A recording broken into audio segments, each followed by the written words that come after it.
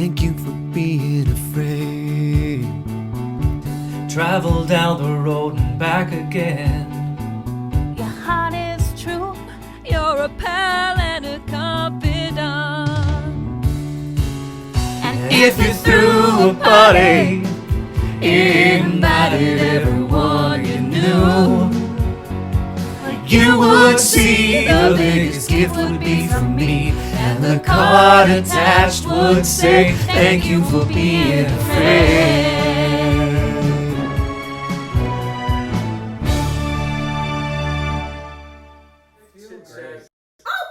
Look who it is! Hi! Oh, hi there. Is someone here? Welcome to our launch party. We have a lot to celebrate this year. First off, we'd like to announce our partnership with RCA Theatre Company and our brand new 3 Tales of Terror. This year's tales include the bone-chilling Cabin in the Woods thriller, The Frost, and a babysitter slasher, Now I Lay Me Down to Sleep, and finally, the continuing adventures of Professor Charlemagne and the Age of Shadows.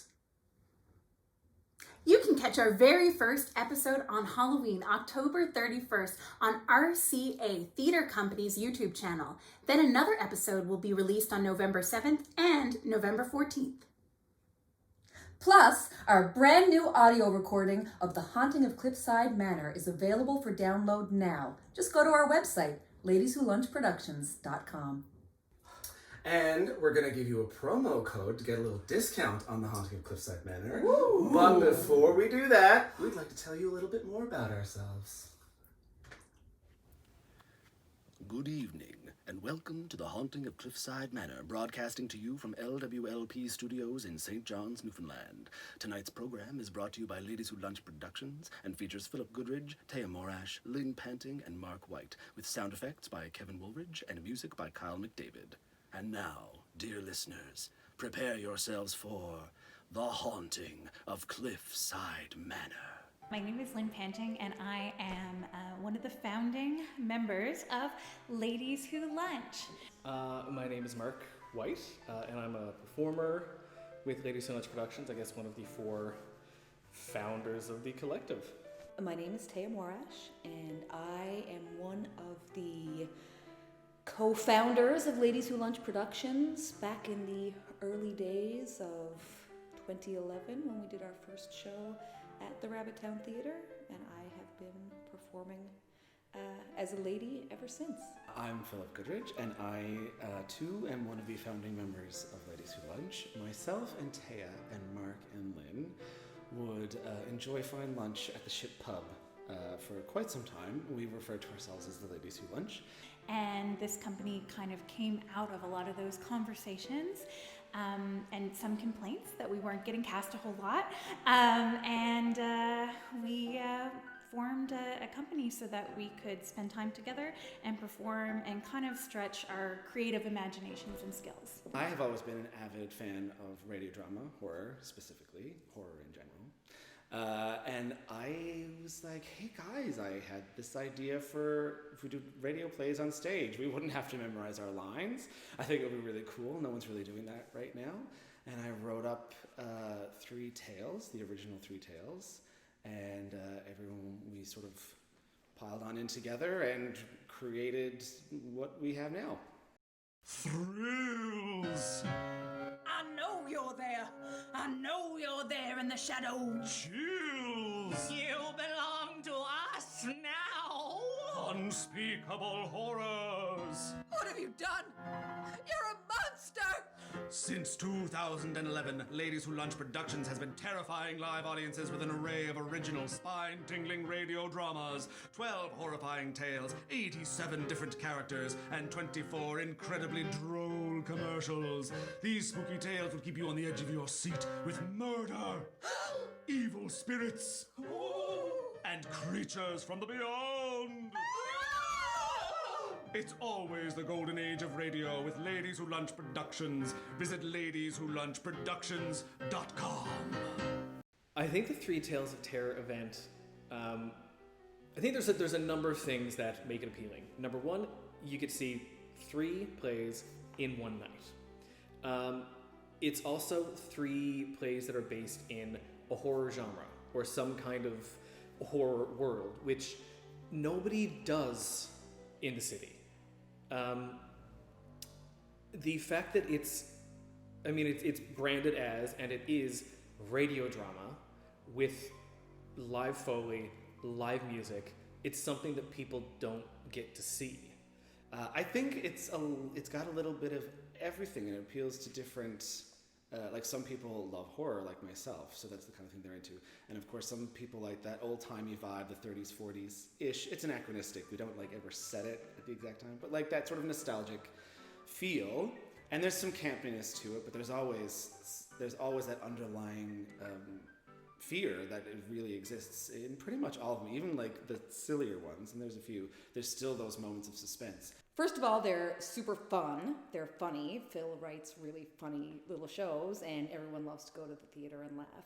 But layered in amongst that humor is a real serious, spooky quality that all of them have, to greater or lesser extents. But the spook is always in there, and we try to do them around Halloween, so everyone's always looking for a scare around Halloween. We have been friends for such a long time, and I think that our natural chemistry is very apparent to the audience. We have genuine love for one another. We really love each other. We have genuine warmth, and I think that dynamic really comes through. And to the other people who have come in and joined us, now Kevin and Kyle have done more work with us than anyone else at this point, and you can see that camaraderie and that dynamic, and I think you can see the love, and like families are able to tease one another, and I think you can see that on stage, and I just think people can see the joy, and people can see the fun,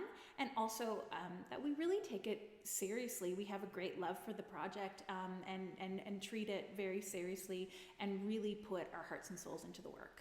And also, my favorite thing, I always say this about radio plays, is that we don't have to worry about our special effects budget. We can just say, I am on a spaceship, and then whoever's out in the audience, who's part of the process. Like, the spaceship is then in their head.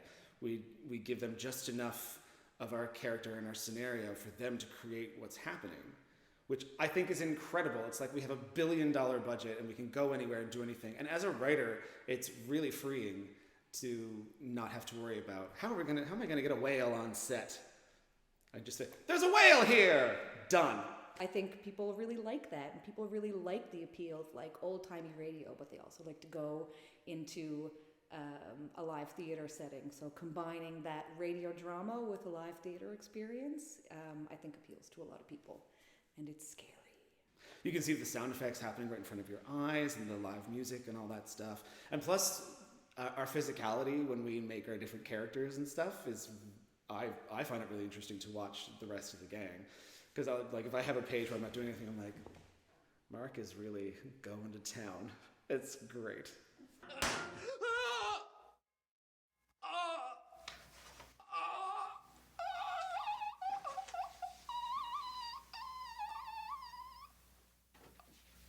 People are so engaged with what the 4 actors are doing on stage, plus the Foley and the music, that I think that the whole grouping of everything together as a whole is really what draws people in.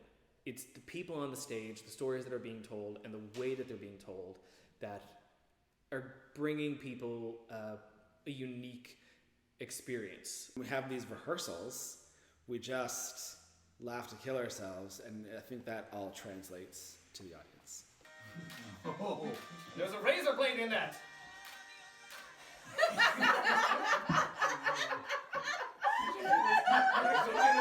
Professional. That's why he's so fascinated by fur. Oh yeah, think about fur. Think about so maybe you should do your fur collar. Oh. Look at that soft, luxurious fur. You spent all night writing. Good time. Good time. Steve. That's the one. That's the one. Yeah, you did it. I gotta do Gene. Gene. Oh. Yeah. Gene. Gene. Gene. Gene.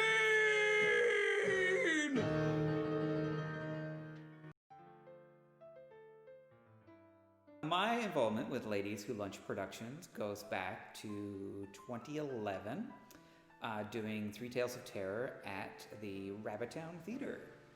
I don't remember the specifics of how I got roped into it, because I had never done Foley work before, but here we are 9 years later. It was because we knew you and you were afraid and we wanted you to be involved. Oh, that's good. I am the composer for Ladies Who Lunch Productions, and I've been working with them for the past year. I started with last year's Three Tales of Terror series, and this year we're back in action. Yeah, so the first thing I do is look for every sound that the writer, yourself, has notated specifically that you want to see in there. And then, especially when I'm listening to a read-through, I'm looking for other opportunities or other places that I think it makes sense for a sound. And then I'll bring that up in, say, in the reading or after the rehearsal. And usually you're in agreement or you notice the same thing. Yeah, and then I start automatically thinking about how are these sounds going to be made? What's going to be the problematic stuff that I've never made a sound of before, or I have no idea how to do it. What kind of stuff is really easy and that I know I have the equipment to do it right away? Well, when Phil sends a brand spanking new script, usually I'll read through it to obviously get the gist of the story first, and then I sort of go through and pinpoint spots that music would serve to enhance the drama in that particular scene. And then I just get to playing on the piano, coming up with some themes. I'll also compose on the computer as well. But I really love composing for this genre, horror especially, because it's kind of opens up the whole palette of, I guess, the sonic palettes that you can use. You can throw out all the rules sometimes with horror, because sometimes the uglier the sound, the better. Mr. Creaky. Mr. Creaky is what's called like a creak box. It's essentially a wooden frame with a dowel through it, and there's tension on the dowel with a rope. And as the dowel turns, because of the tension, it squeaks against the wooden frame, creating a kind of creaking sound. It's an old school Foley prop that I didn't know existed until a couple of productions back when I was trying to figure out how to make that sound. And then I saw it online somewhere, and I was like, oh, I could build one of those. And so I did. And it's a really fun prop to use. Often I'll come up with a title before I even come up with the music, which is the reverse of what I imagine most people normally do. But something about titling the piece gives me the inspiration to continue the work. Well, it's different. It's not like going to see a usual play. It's on-stage live radio with everything that comes with it. We've kind of forgotten about radio drama. I mean, it still happens. I know it still happens. But I think we've kind of forgotten about it. And so getting a chance to peek behind the curtain is really, really fascinating. It's like watching a behind the scenes on a movie, That's a really interesting thing to watch that process. And you get to see it with Three Tales of Terror live right in front of you. We're so accustomed to spectacle and amazing special effects in theater and movies and things that there's something really charming and appealing about stripping it all the way down to the essentials. It's storytelling with the Foley sound effects and music, and it's very, there's something charming and something about it that I feel like we've lost sight of in society today. To appreciate the simplicity of that. Open up, it's me. Come in. Shut the door, quick. What did you find out? All sorts of things. Something that started out as like an idea and kind of fun and maybe a little bit of an inside joke has really captured people's imaginations, and seeing the crowds get bigger and bigger. And myself and Mark were at a play, and we got recognized and asked for our autographs. We actually asked if we were a couple in real life because they wanted it to be true. It is not true, but it was so fun to see people connecting with the material and like really having fun with it, and people have made it a part of their lives and it's become a tradition to them. So when I think about the things that are the tradition to me, like the reading of A Christmas Carol or divas, like these are things in our St. John's community that, you know, you go and you are part of it year after year. So to be one of those institutions is really wonderful.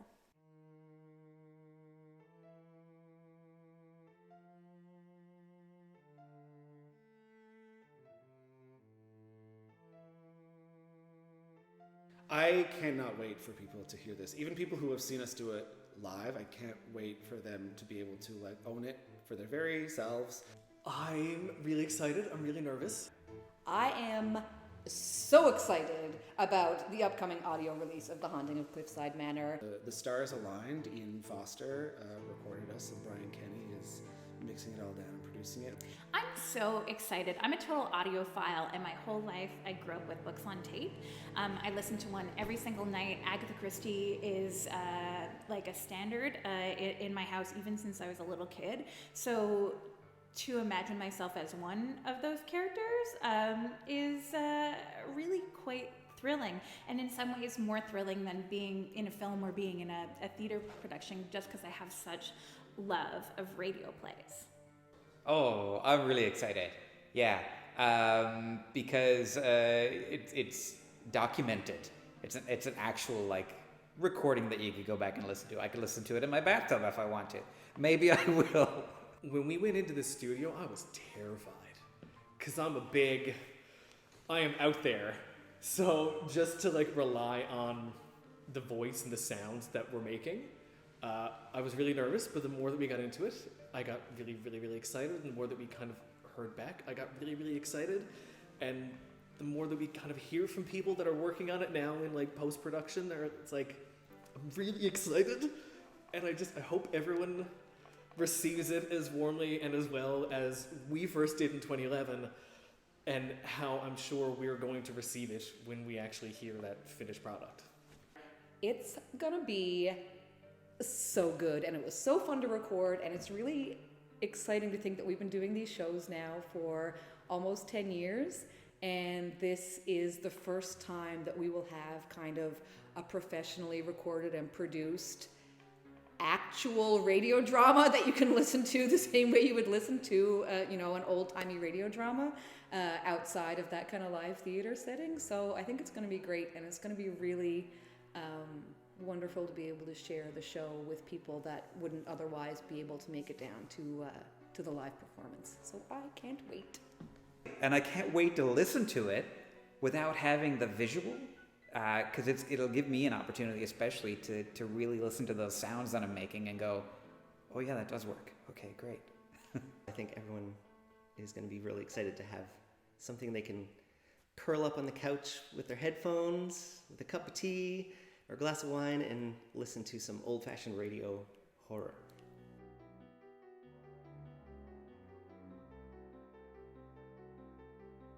I just hope we're doing this for like the next 20 years. Awesome. So get writing, Phil. I'll get to work.